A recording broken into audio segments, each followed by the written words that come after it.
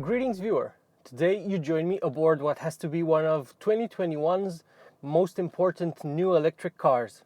It's definitely Volkswagen's most important new electric car, even though the first one it launched as part of its new ID range is the ID.4, a Golf-sized hatchback that offers Passat levels of rear legroom and generally room inside. It's a very roomy car for its size.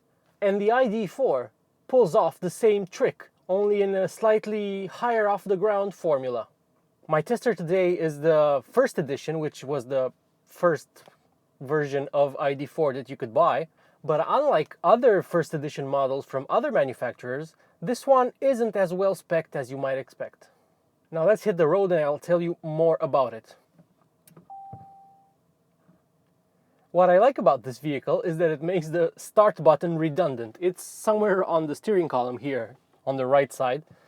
But you don't need to press it ever. You just get aboard the car, you put your foot on the brake, and it automatically comes online. And all you have to do is twist this control here, put it into drive, and away you go. It has to be said that this is lifted straight from the BMW i3, is it not? But it works just as well here. Although I would have liked a different material. I'm not a fan of glossy materials, especially glossy black trim in cars. And since you're going to touch this very often, it's going to get really rather nasty, really rather quickly. Ergonomically speaking, it's a nice choice. You have it here and you can select between D and B, which is the extra regen mode. First impressions as I'm pulling away is that the ID.4 is remarkably quiet and refined. I think it might be better than the ID.3 actually. My tester has the only current available battery pack, which has a 77 kilowatt hour capacity. It can charge at up to 125 kilowatts, which should bring the battery from dead to 80% in around 40 minutes. Volkswagen doesn't currently offer an all-wheel drive version of this, at least not right now. So this car gets a single rear-mounted electric motor that makes just over 200 horsepower and a little bit over 300 Newton meters of torque, 310 I think it is. In the future, Volkswagen will offer a lower-powered version with 150 horsepower and a smaller 52 kilowatt hour battery pack. A larger battery pack will also be offered, and all-wheel drive will be added later as well. The manufacturer has already announced a GTX model, GTX being its new performance badge for electric vehicles. But the car that I'm driving today, with its around 200 horsepower, is not particularly quick. It sprints to 100 kilometers per hour in a little bit over 8 seconds, and its top speed is 160 kilometers per hour or 99 miles per hour. It is obviously electronically limited, as are most modern EVs. And while 200 horsepower may sound like a nice round number, considering the fact that this car weighs around 2,050 kilos, so over 2 tons, it's not especially quick. It feels brisk enough, but you wouldn't call it sporty. And you can't really tell that it's a rear-wheel drive car because you cannot disable the traction and stability aids, so the vehicle is always glued to the tarmac. You can't unstick it really. With that being said, it's perfectly pleasant to drive, and I have to give it big kudos for its extra tight turning circle. This is similar to what I experienced in the Honda E, and it is really impressive. It makes this rather long vehicle, it measures 4.5 meters in total length, feel much smaller than it really is. Now, since this vehicle is based on Volkswagen's dedicated electric vehicle platform called MEB, it gets a flat floor, so the middle passenger in the rear will feel extra comfortable. And the levels of rear legroom are hugely impressive. Very, very well done, Volkswagen. Space in the trunk is also decent, around 530 liters. It's not huge, and this car doesn't have a frunk, so that's all you get. but it's still a decent size. It's not bad. It's not compromised in any way. It's just as practical as a typical gas-burning crossover of this size. Maybe a tad smaller. For reference, Volkswagen's own Tiguan, I think, has over 600 liters load volume.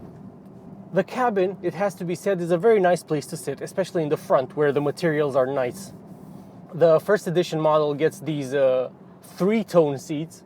So you get brown leather, then you get this Alcantara thing, and then you get like a gray pleather on top. It's a bit busy, but it's not the worst. Volkswagen has been criticized for its infotainment, its new infotainment. But in my experience, it's worked fairly well-ish. It sometimes lags and snags a little bit, but I've seen worse. Maybe they've updated it in the meantime and it's improved.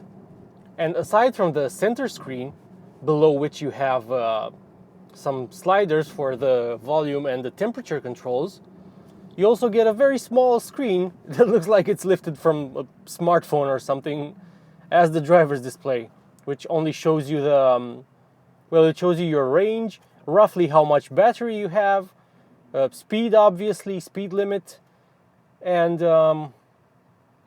sadly it doesn't show you your battery percentage, which I think is kind of a mistake.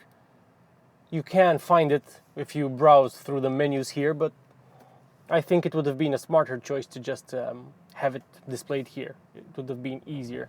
The controls on the steering wheel are also touch sensitive, and when the vehicle is turned on, you feel like you're pressing a button, even though that's not exactly what you're doing, because it's the haptic feedback that tricks you into thinking you're pressing a button. And some of the controls you can operate in two distinct ways. So for instance, for volume, you can either slide your finger from left to right to increase the volume, or just press the volume increase button. The steering wheel itself is very nice to hold on to. It feels of very high quality. Even the center airbag cover is pretty nice. It's decent, it's really good. As are the materials on top of the door, on top of the dash. And I also appreciate the fact that VW changed the texture for its plastics, which is pretty nice. It's like a collection of squares and triangles if you really look at it close enough. It's not the typical fake leather texture that you see in 99% of cars. Oh, so okay, my battery has dropped to 10% now, and it is showing me that I have 10%, but only when I'm about to run out, so yeah. I must also give a shout out to the seats themselves. I found them very comfortable. At first glance, they seemed kind of hard, but they're actually not that bad, both for the front and the rear occupants. I got to experience the rear seat as well. The only thing I didn't really like was the fact that the cup holders in the rear armrest don't stow away, and your elbow tends to fall into one of them, and it's not very pleasant. I don't think it's the best solution for rear cup holders. One area of the interior that I really do not like is the new panel for adjusting the lighting functions, as well as defrost. It's also touch sensitive, but I don't understand it because it's not very consistent. Sometimes it works, sometimes you have to press it several times for the function you want to activate. Others have also moaned about the fact that in order to open the rear windows, you have to first press on the little panel here that says rear, and then you can open the windows themselves. This is obviously cost-cutting. Volkswagen saved a couple of cents by eliminating two of the buttons. And I think it's not a very pleasant solution, if you ask me. And I also don't like the control for adjusting the mirrors and folding them and turning on the heated mirrors function. I also think it's a bit too complicated and fiddly. But overall, the interior is great. The door bins are quite big. You can fit a big-ish bottle in here, or maybe two bottles. Oh, although, you see, now that I look at it, there's some oddity here as well, because it goes back much further than you can reach, and you might lose your belongings in all the way in the back of the door. But at least you get cup holders that you can remove, as you can see. You get this slidey thing here that opens up a huge and very deep compartment where you can put your phone, and there's additional cup holders whose size you can change depending on your need, because it has these nifty dividers. Another thing I don't understand is why Volkswagen chose to give this car electrically popping doors. Like, what was wrong with opening them mechanically by pulling on a lever? You still pull on a lever, it's not a button like on the new Fiat 500 that just pops the door. But here you physically pull on this as you would if it were physically connected to the latch, which it isn't. I mean, it is, but you actually have to pull it harder. So there's like two positions. You pull it once to activate the electric pop function, and you pull on it harder, and then you open the door physically as you would in an older car. And the same goes for the exterior door handles. There's a button to pop them underneath, but if you pull harder on them, they again are physically connected to the latch, and you open the door manually that way. And I really don't get why. Volkswagen took away the buttons for the rear windows, but instead added extra complication when it comes to opening the doors. I'm not completely on board with that, to be honest. I like the ID.4. I think it's a good, honest attempt by Volkswagen to make a competitive electric SUV for today's market.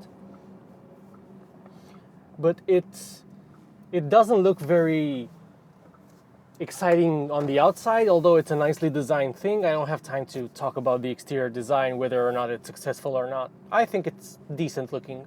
It's better than other boring Volkswagens. Not so much in the detailing, but the shape of it is kind of weird, but in a good way. But the main problem with it, from my point of view, is that it's not that fun to drive. I mean, why doesn't Volkswagen allow you to disable traction control? This is a rear-wheel drive car. And maybe 5% of the people who buy it are keen drivers, and they want to slide it around whenever it's safe and they feel inclined to do so. But they can't. So what are they going to do instead? Well, of course, they're going to buy either a Tesla Model Y or a Ford Mustang Mach-E, and the latter is really tail happy when you want it to be. To me, this feels like a transitional vehicle. One Volkswagen made because it had to, not because it really wanted to. I would almost call it a compliance car. Yes, it has a decent sized battery. Yes, it has 522 kilometers WLTP range, which is impressive, and the real world range is around 400 if you drive it sensibly. But there's not really that much soul and passion in this car. It kind of feels clinical and a bit boring, to be honest. Like, probably the most exciting thing about it in my book is the fact that it has such a tight turning circle, and it makes it amusing to drive in town. And you have to do fewer 2 or 3 point turns than you would in other comparably sized vehicles. Like here, as I'm returning the car to Volkswagen, this is a very tight right-hander.